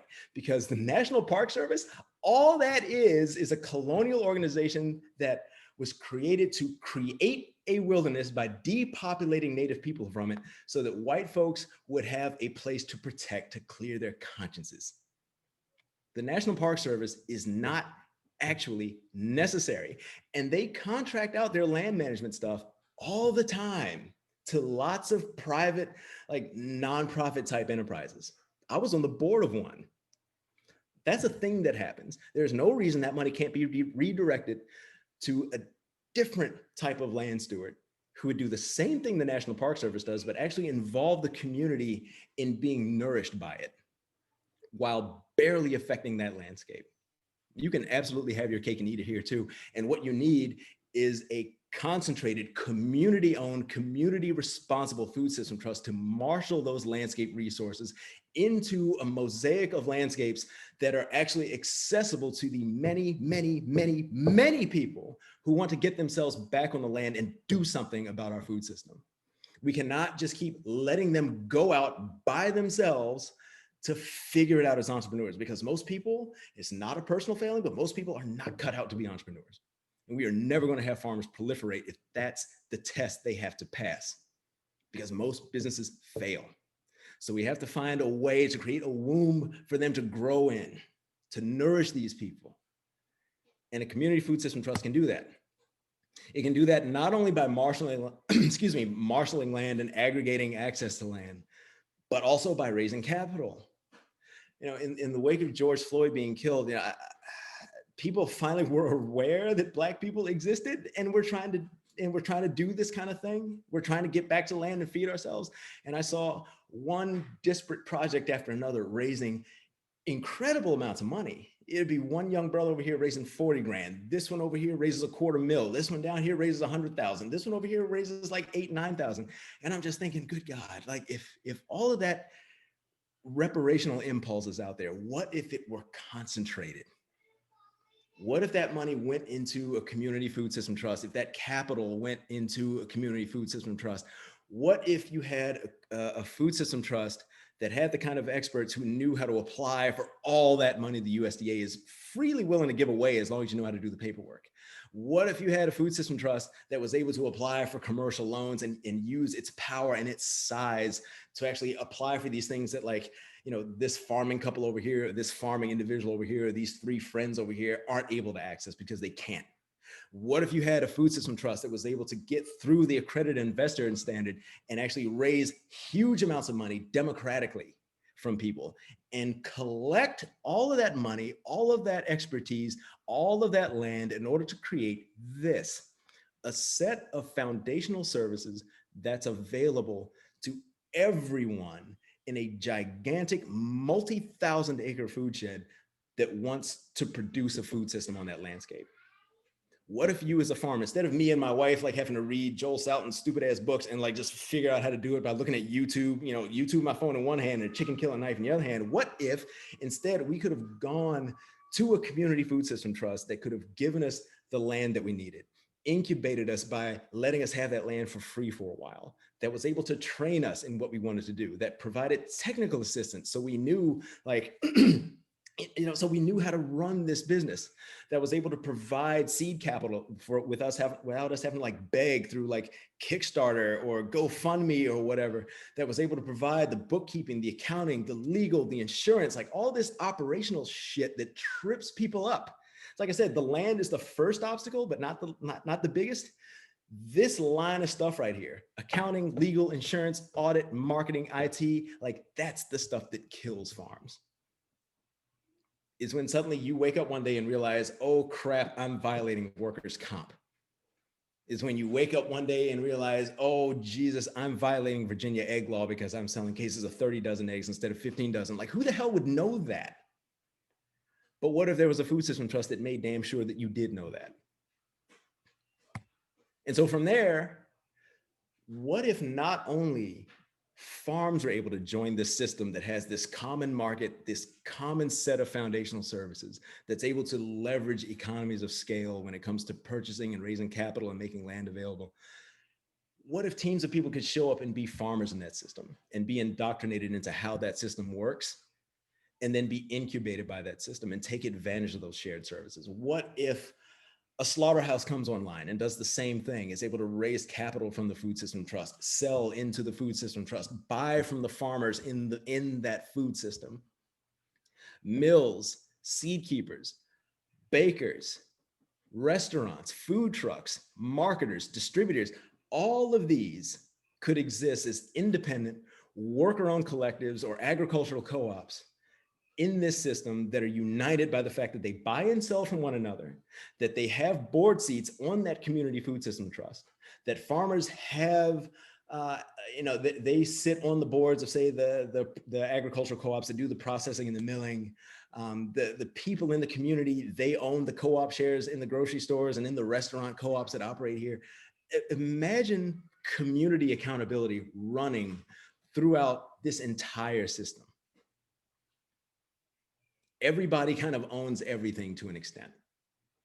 Everybody's on the board of that food system trust. Everybody's able to make decisions and determination about what happens to land, what gets grown, who gets fed, why. You're not subject to providing, these explosive, exponential Silicon Valley style returns for people who live all the way on the West Coast somewhere, who live like up in Kennebunkport, like playing golf with the bushes or whatever. Like you're accountable to your neighbors, to people people whose backyards you've been in, people that you call uncle and auntie.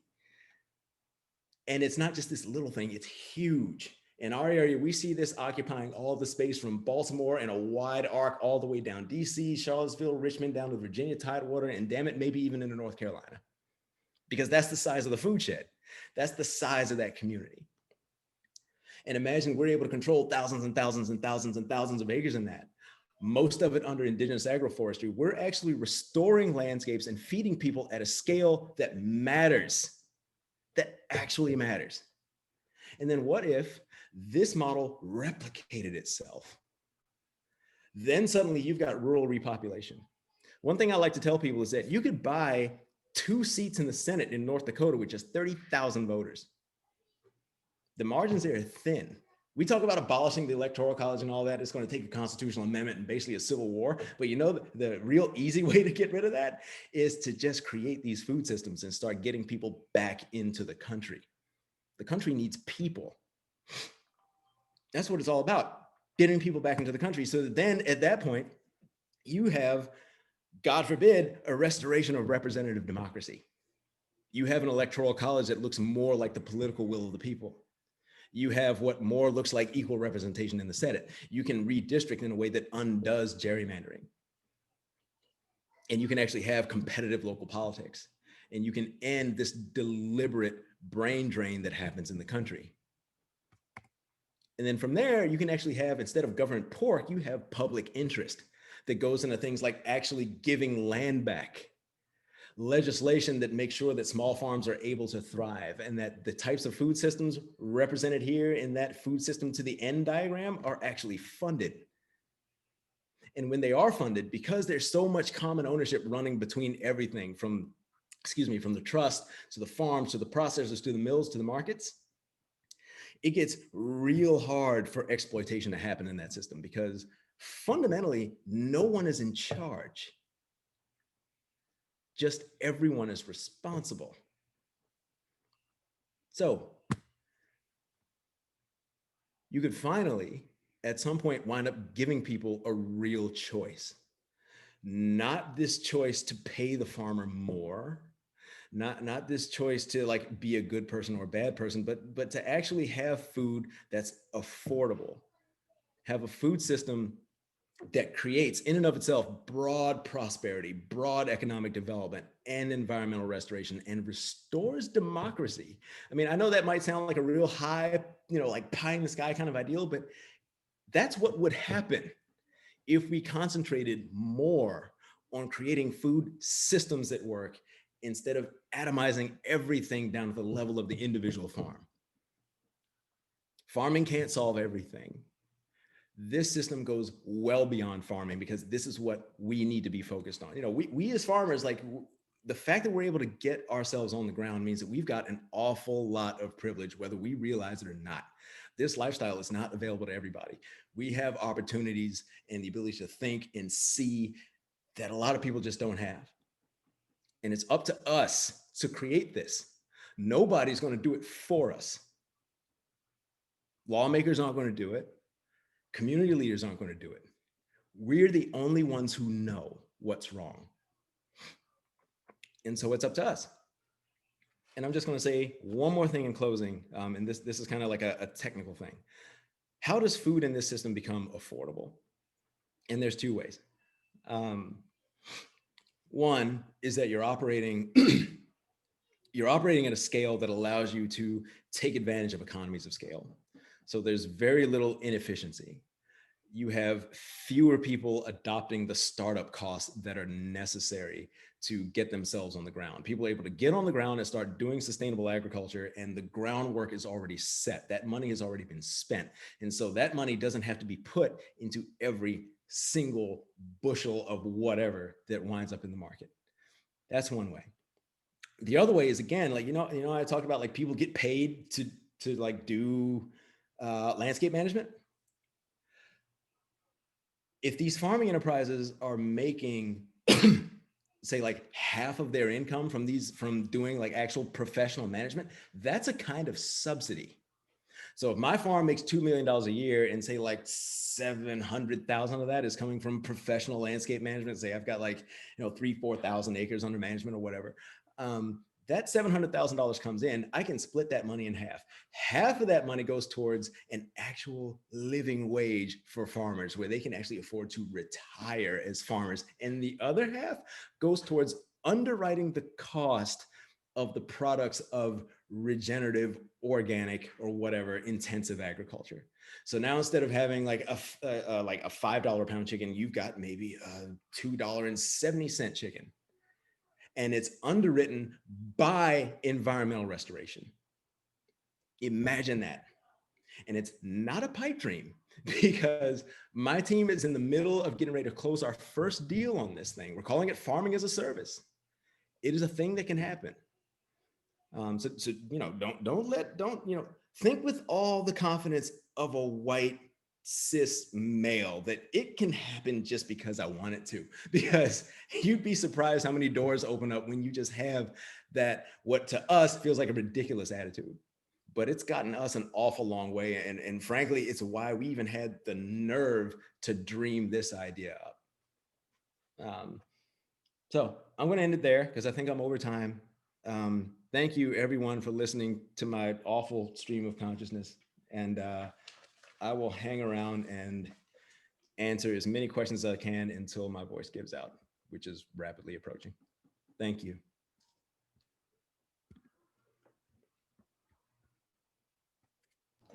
Thank you, Chris. That was great. I'm going to give you a second to get a drink of water. I just want to read you a couple of the comments that we're getting. My favorite right now is Chris Newman for president. It's a little late to start your campaign, but no, I cuss too much. Do you get that one a lot? I hope not.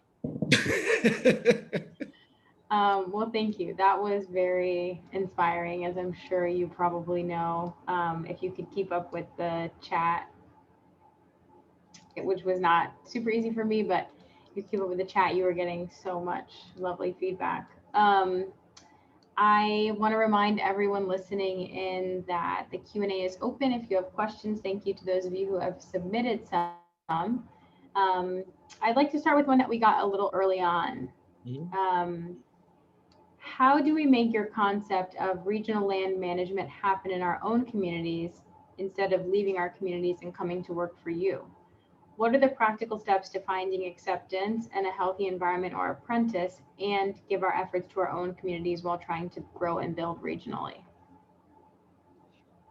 Yeah, that's always been the hard one for us, because it feels like in the middle of trying to build this thing, it's like, for a while you have to build your own house with bricks, and while you're doing that, you can't really hand them off to the community, like not yet, and that feels shitty. But it's one of those things where like you don't want to go off half-cocked.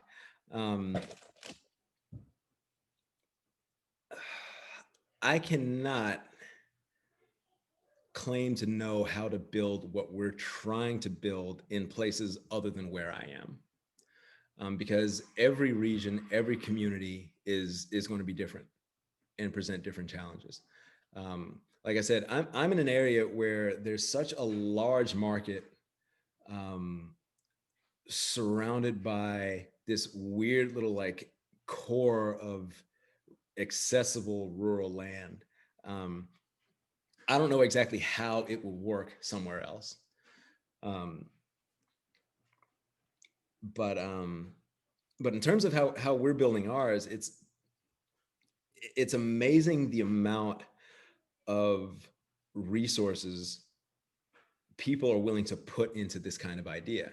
So if you put together, if you're willing to put together a community food system trust, and really the first step is to start to raise assets and put together kind of a war chest, because it sucks, but you're going to need that capitalization. It's easier to start exploring options with money than without it. But if you have this vision for how your food system trust is going to help farms and help these food economies proliferate in an area, I'd have to say I think you start with mapping out like what that food economy would look like. Where are the cities that you want to serve? Where are the towns you want to serve? Who are the people you want to serve? What do they need? Do they need restaurants? Do they need grocery stores? Do they just need door-to-door delivery? How much money do they make? How many like farming as a service projects would you have to do in order to get them food at the prices they can afford? It starts with the work of making sure you know your place, not in like a that sounds like really patronizing. I mean, like literally knowing your geographic place, like where you're at, knowing your community, before you can really start to do the on the ground work. And that kind of, and this is the last thing I'll say about that, because I kind of lost a part of the question. I'm sorry, I'm kind of scatterbrained and sleep deprived because I got too many kids. People that ask me about how do I start farming, the first thing I tell them is don't farm. Don't look for land. Don't look for markets. You need to look for people, because the reason farmers burn out is like if you go, let me share my screen again just real quick, because I don't want to spend forever on one question. But if you go back to here, most people that go into farming, like if it's a couple, like a romantic couple or an individual or like a couple of people, they tend to try to do all of this just with like a couple of people, and that's why farms fail, because there are very, very few people who can do the growing, the selling, the distribution, the operational compliance, the financial management. Like those are full-time jobs for like 7 or 8 people. So if the idea of doing this, like, setting up the nonprofit, like doing all this stuff, if that seems too big and you really want to start now, and I get that because that's what I did, I quit my job and jumped right in. I would recommend you find Like, if you want to grow something, get 3 people who will just be doing the growing. Get 2 people who will just be selling. Like, that'll be their only job. It's like banging down restaurant doors and like going door to door, handing out pamphlets, hustling. And get at least 1 person whose sole job is to do like the operational stuff, like hiring the bookkeeper, hiring the accountant, making sure that you have like your friggin' like your articles of incorporation filed and up to date, and that your business registration, your business license doesn't expire, and that your insurance policies are up to date and actually cover everything. You need different people doing those different things, because if you try to spread those jobs across like 1 or 2 people, you're going to kill yourself. It is not going to work. So I think that's the place you start. And then, let me give a disclosure about here. We are in the middle of trying to build this. Like, we are still like a fairly small diversified livestock farm. And this is our blueprint. We haven't done it yet. We're in the middle of doing it. We're raising money for it. We've got the architecture together. And I guess the answer would be keep an eye on us. And, I'm pretty open on like social media and all that. And just ask me how I've screwed up in the last week, and I'll provide some lessons that you can, some potholes that you can avoid.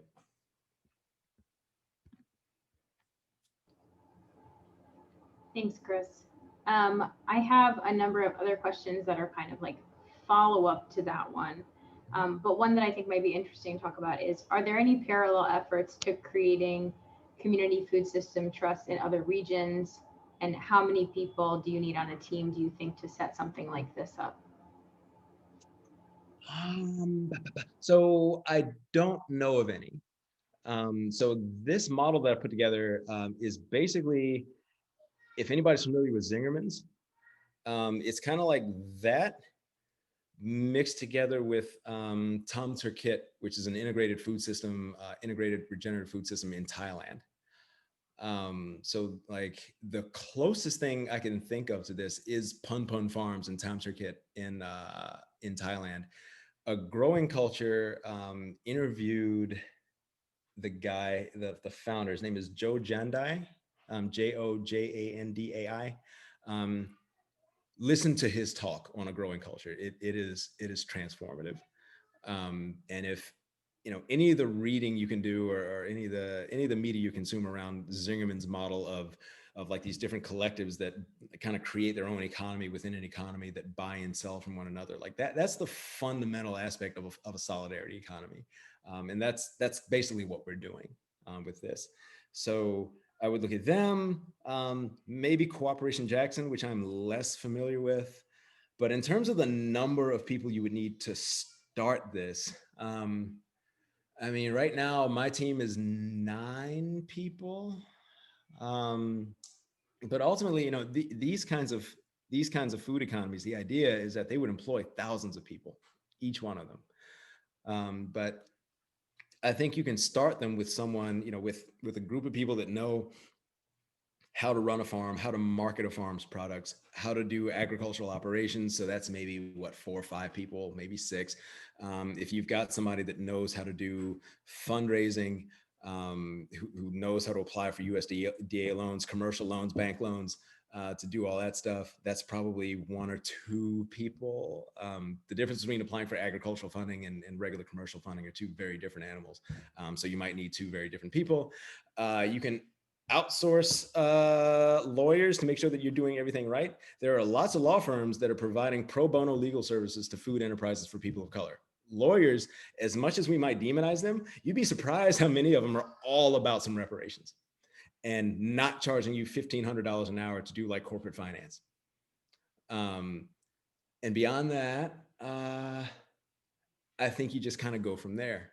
You have to design your own system, because I think the blueprint that I provided is generic enough to be useful, but again, I can't stress this enough. Like, what I specifically do in the Chesapeake Bay region, where I am fortunate enough to be surrounded by cities, is not necessarily going to work in a place like South Dakota.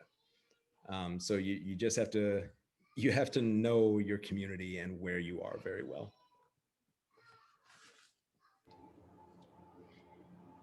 Chris, another question I got is, how does policy, do you feel, fit into this? Mm. Do you think that policy reform is necessary, or do you think that you have to just do it?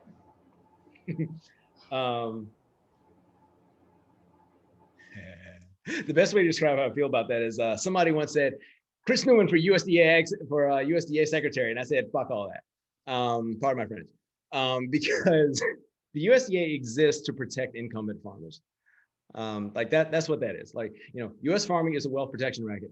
You basically have something beyond regulatory capture going on between farms, agribusiness, and the part of the government that's concerned with agriculture.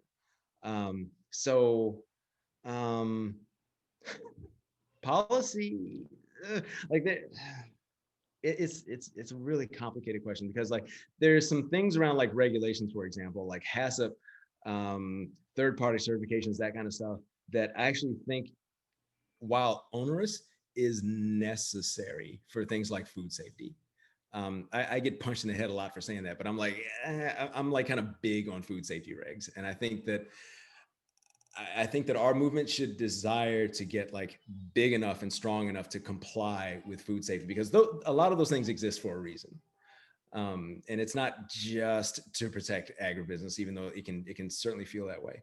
But the other thing is, like, when it comes to like raising money, especially because like I think money is the big thing with trying to compete with these people that already have so much of it. There's an awful lot of funding available for the types of stuff that we want to do already.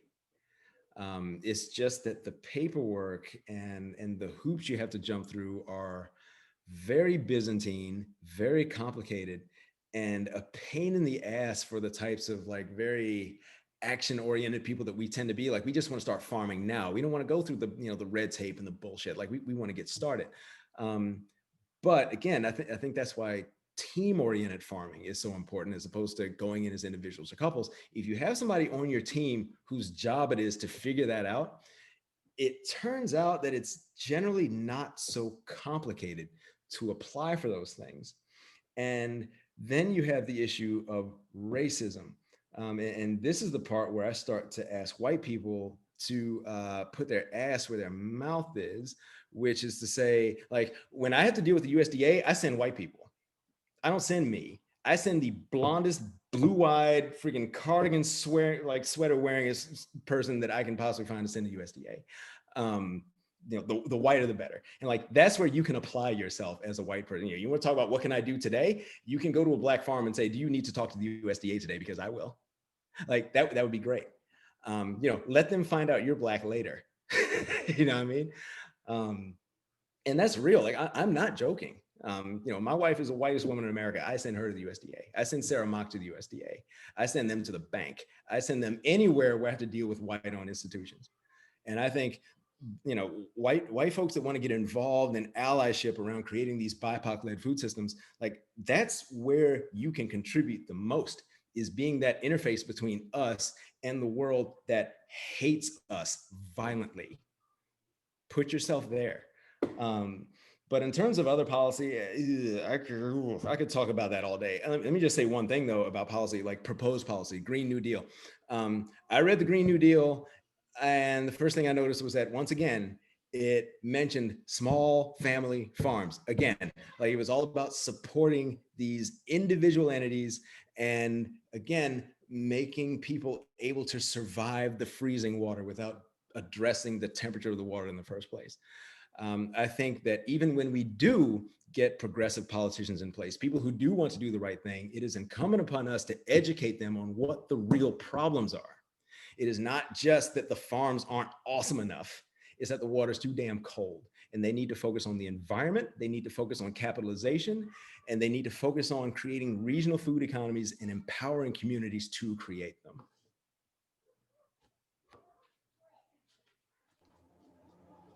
Thank you for that. There's another question about how to protect yourself if you are working on this kind of food system and creating it regionally. Someone commented that fighting for a food system like this could lead to what feels like a revolution and uprising eventually. Do you have any comments on that? How you feel about that? How you would suggest people take precautions? Yeah, funny story. So our farm is the birthplace of Robert E. Lee. I get to sleep at night with that. They basically don't charge us rent, which is nice. They let us use all their tractors, all their equipment, which is nice. But we are in like a deep red county. Like I can see Trump flags out of my window.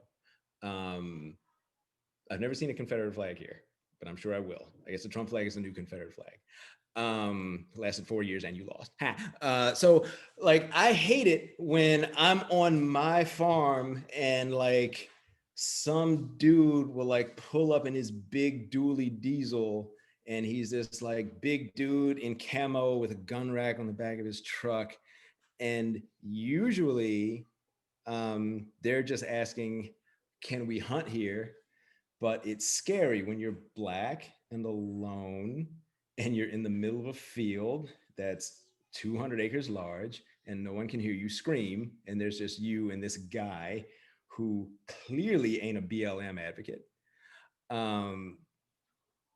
So I think the best way to protect ourselves, like I said, don't go to the country alone. Like you need to go, like you need to be in team farms, not only because you need like that technical expertise and the diversity of skills and experiences necessary to succeed, but you also need it to protect yourself. We tend not to send crews, like we tend to send crews to the field, not like one person. We tend to send 2 people, 3 people. We stay out of the field at night. We have an awful lot of guns in this house and everyone knows how to use them. I hope it never, ever, ever comes to that, but you never know. And it's better to be prepared than unprepared. But even with that, I think the revolution that's more likely if the system that I've talked about succeeds is is like a revolution of solidarity among all working class people, regardless of race. I think this system creates something where rich people need to be afraid, where capitalism needs to be afraid. So that's what gives me hope about this, is that if we were to come into like a rural area and create a real food economy, that creates prosperity for everybody. These people out here that can't get broadband internet, that can't get like basic services like a diesel mechanic or like a decent hospital or whatever, us coming in to do this could create that. Because nobody, like I said, somebody asked, who does this system work for?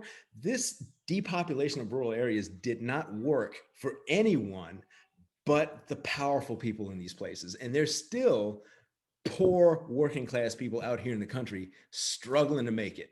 And they're voting for people like Trump because they are naked and afraid and they just don't know any damn better. So we create a kind of economy that actually empowers people. Like the revolution could look a lot different than we might think. It could be like an actual uprising of the people. Imagine that.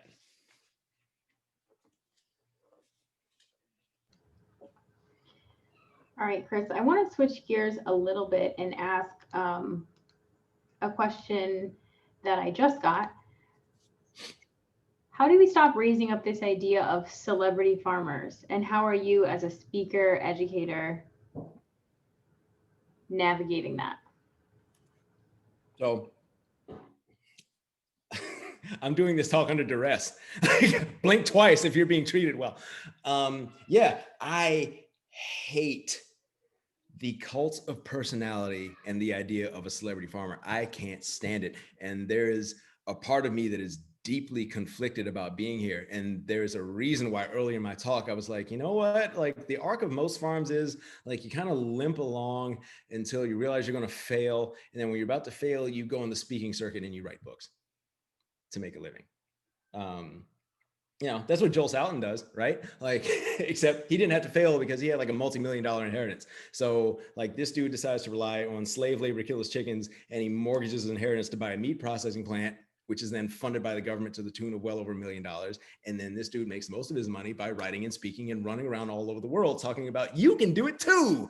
It's a Ponzi scheme and it's bullshit. But the reason I'm here today is to tell people what I think the answer actually is, and mostly to beat up on my own movement. That's what my book is about. It's the same thing. It's like, we are fucking up and we're getting it wrong. And what stinks about like most of the conference and the speaking circuit is that most of the conferences and most of the speaking and most of the books, like, they reinforce it. So yeah,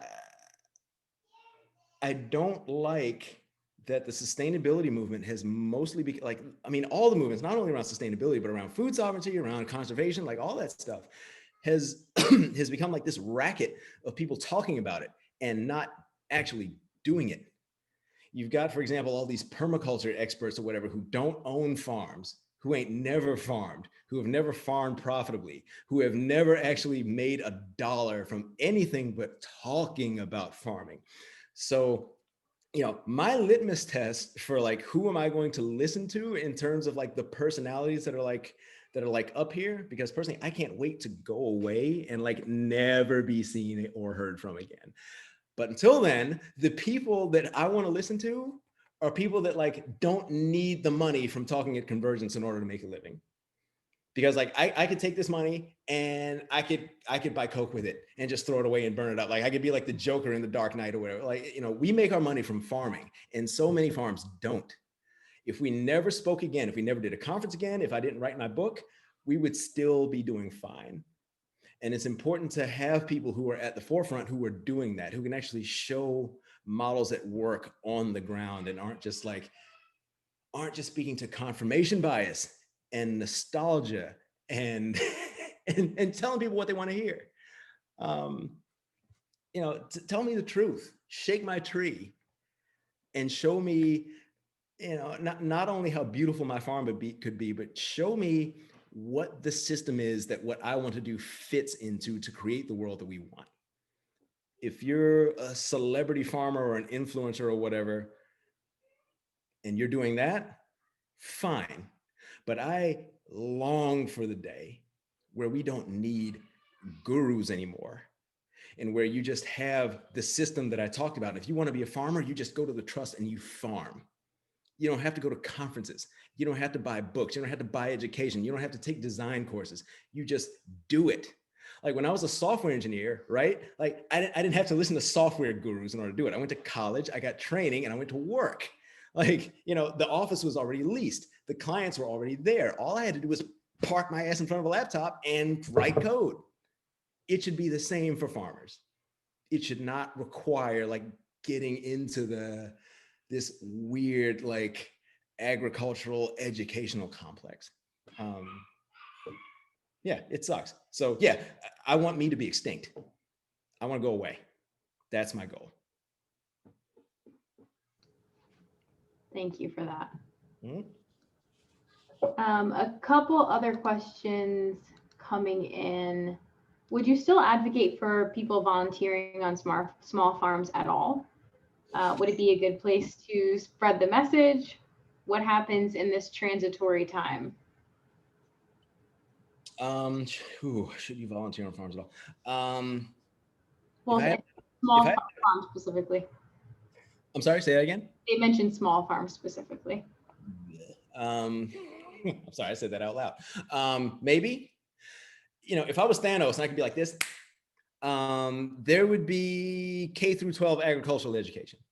You would learn how to grow plants and how to tend soil and how to do agroecology for the same reasons you learn how to do math and why you learn about Thoreau, who was like a poser anyway. Like that should be a part of what you come up with. Like indigenous education is fundamentally ecological. It's all about your place in the natural world. And that is something that's missing in how we raise children. We raise people to be economic machinery. That's what exploitive capitalism is. Like you're not a person, you are someone who adds value, monetary value. And if you don't do that, screw you. You're part of the welfare state. You don't belong. That's how we should fix it. There should be a cultural fix for getting people that relationship to the natural world and understanding that they're a part of it and that it's not separate from them. But failing that, The only thing I don't like about people volunteering on farms is that it takes jobs away. And it's real easy for farmers to get dependent on volunteer labor. Like our whole system is dependent on it. Like the WOOF program exists because there is a structural need for cheap labor because we haven't done the work necessary to create a proper farming economy. But like, I'm not so opposed to say like agritourism, for example. Like maybe if you pay to volunteer on a farm, I don't know, like just the idea of somebody doing farm work that eventually makes money for the farmer, like that's kind of a problem. And I don't want people to have a guilty conscience about like wanting to go out and see what's going on out in rural America or whatever. But um, I don't know. I'm too Indian to tell anybody what to do, but know what you're doing. Um, if you're volunteering on a farm, there is a structural problem in agriculture where we as farm owners have a system that relies on unpaid labor. And whether you want to or not, by volunteering, you could kind of be a scab. And that sucks, but it's what it is.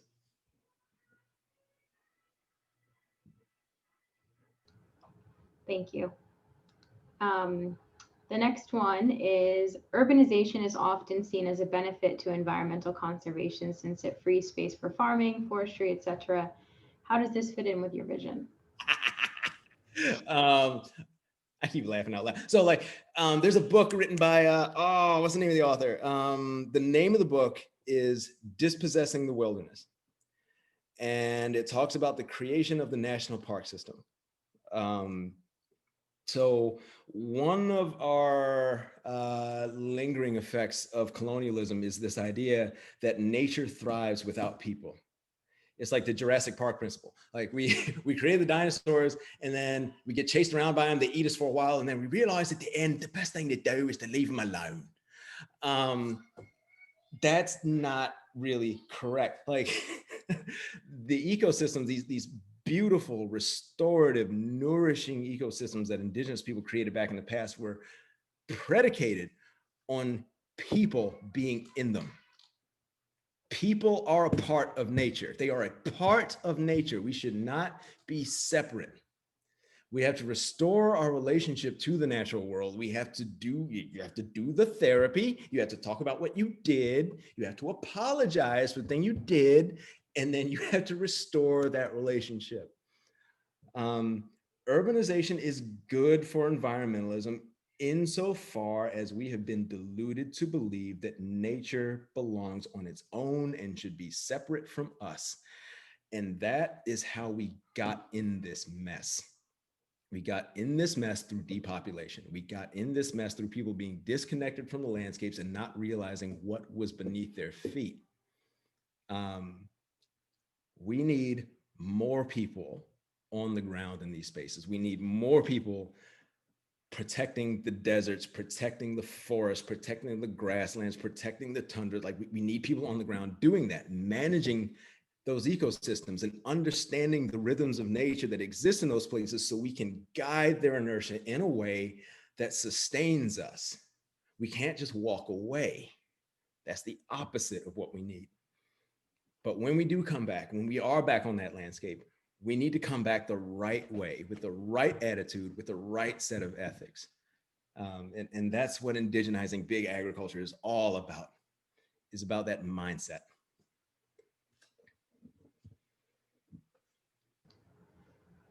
Thank you. And a similar question, what is the place for integrating our cultural foods that are not indigenous to your specific landscape or geographic region? And how do we provide those important foods to our communities while also protecting indigenous spaces and landscapes?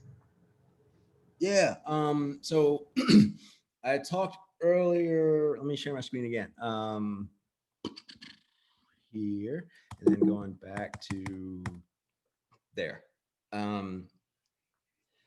So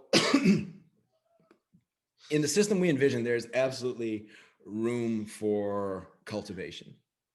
The system I imagine does not do away with, I'm just going to talk about like American culture real quick. The stuff we eat: beef, pork, chicken, and all the varieties of farmers market type produce you see all over the place. Like there's room for that to exist, and there's room for other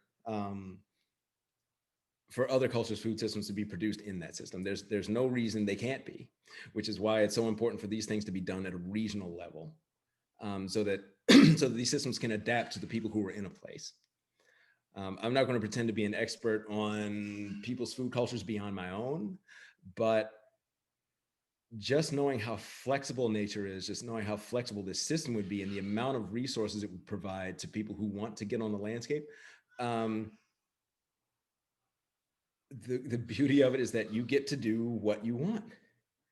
If you have a community, that's full of like refugees from Somalia, or people whose roots are in Southeast Asia, or whose roots are in Africa, there's a lot of things that will grow in this climate that are culturally appropriate to those cultures, and there's no reason you can't. When I say indigenous agroforestry, I'm talking about the fact that our methods of maintaining forests, maintaining water, maintaining landscapes, preventing erosion, protecting soil, they were deliberately extensive. They were not very, they didn't have heavy footprints, and they required relatively little labor. There would be like, most of the management of these landscapes was oriented around ceremony that would happen relatively, not quite monthly, but on the moons. So most of the time you were leaving places alone until you came in to protect it. Now, what you grow out of those places can really be up to you. The idea behind indigenous ag is that in most of these places, they're going to produce food on their own. Blackberry grows wild, rice grows wild, cattail grows wild, acorns grow wild, deer are wild, squirrels are wild, fish are wild. So like a lot of that food and a lot of that harvest is just going to present itself naturally.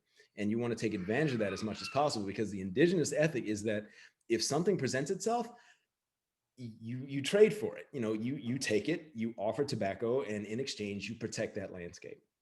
But there is an intensive part where where maybe you're not necessarily doing indigenous agroforestry, and maybe you're restoring grasslands, maybe you're doing market gardens, maybe you're doing urban farming, because that's absolutely a part of this. There's no reason, I don't see the exclusion of any culture's diet from this system as a result of that.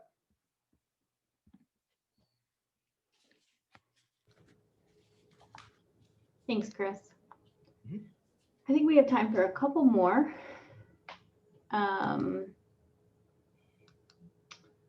There is one about the WTO. And the question is, the WTO makes it illegal for a local and regional product incentivization, yeah, I'm going to struggle with that.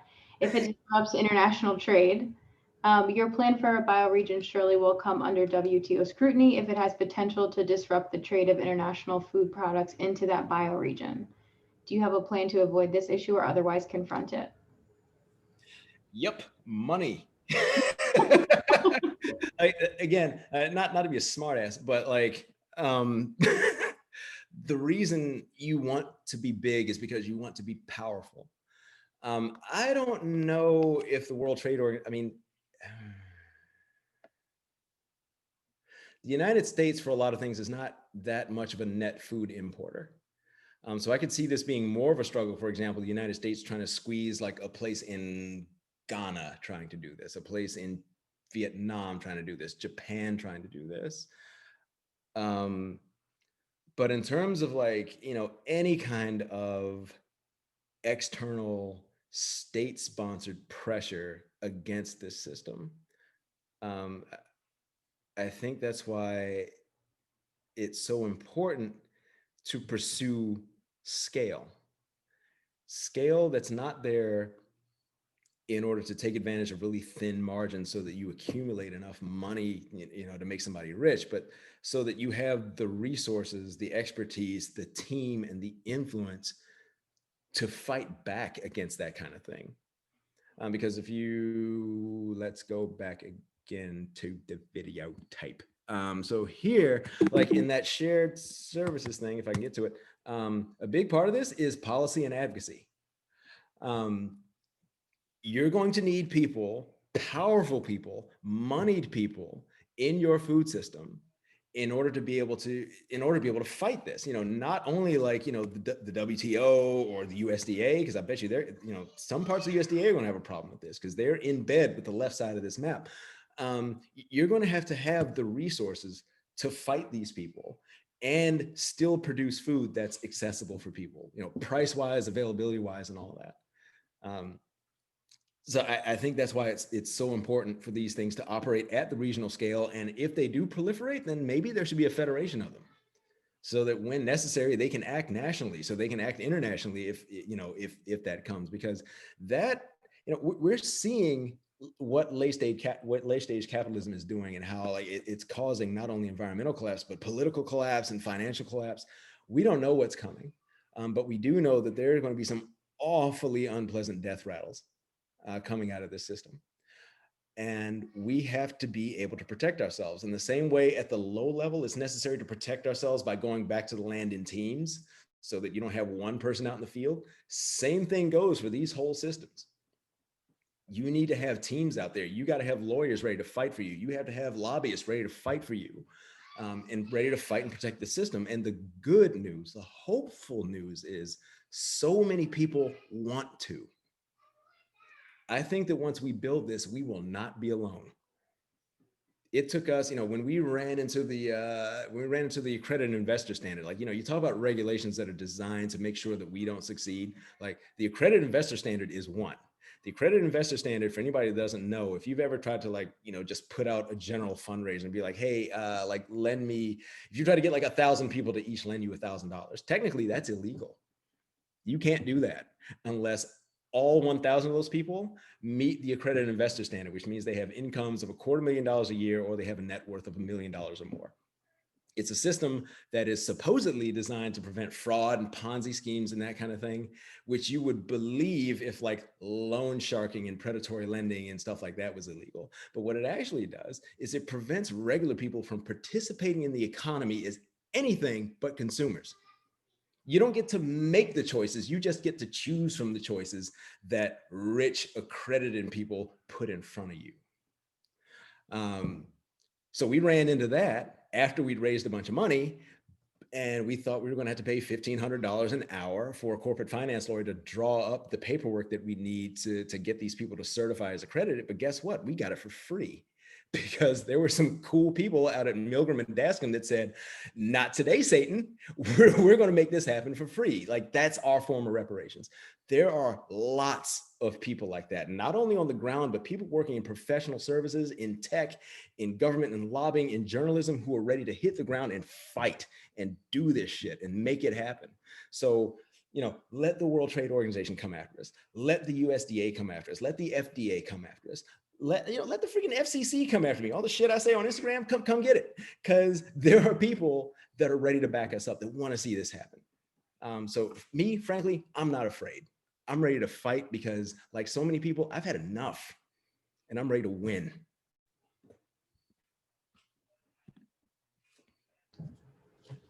That's super inspiring, Chris. Thank you. My last question that I'm going to ask, and then I think we should wrap for the session, is, are you open to being contacted or having people, given the constraints of COVID-19, come to visit your farm?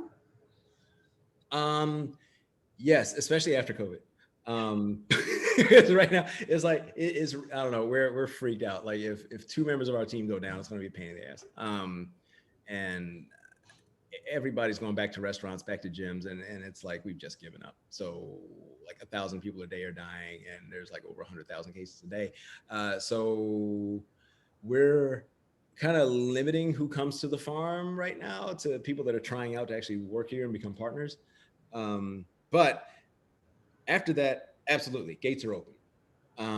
And until then, on our social media, on Instagram, I do an Ask Me Anything first of every month. And you can ask me anything, and I usually answer every single question. And even when it's hundreds of questions, because sometimes it's been hundreds of questions, y'all got questions, but I will answer whatever you got. Like, and it can be anything. Like, you can ask me detailed policy questions about food systems. You can ask me, hey man, how's your marriage? Because that's a valid question. Because a lot of people to get into this have shitty marriages because like this lifestyle eats you up, and it's a valid question. But yeah, I'm absolutely available to that and happy to, I'm a public utility at this point. Use me up. Okay, Chris, well, thank you for being here with us. It was an honor to have you speak at Convergence this year. It was also a pleasure to help moderate this Q&A. I'm sorry to the questions that we didn't get to because we ran out of time or what have you, but feel free to keep the comments coming. We will be keeping a hold of the Q&A in the chat, and we'll be in touch with Chris afterward about anything that we should follow up on. Thank you so much, Michelle. I really appreciate this opportunity. Thank you to everyone listening to me rant, looking at my big head for the last 2 hours. You are a trooper for talking this long to a panel of what feels like a bunch of virtual people and me. So thank you. All right. Y'all take good care.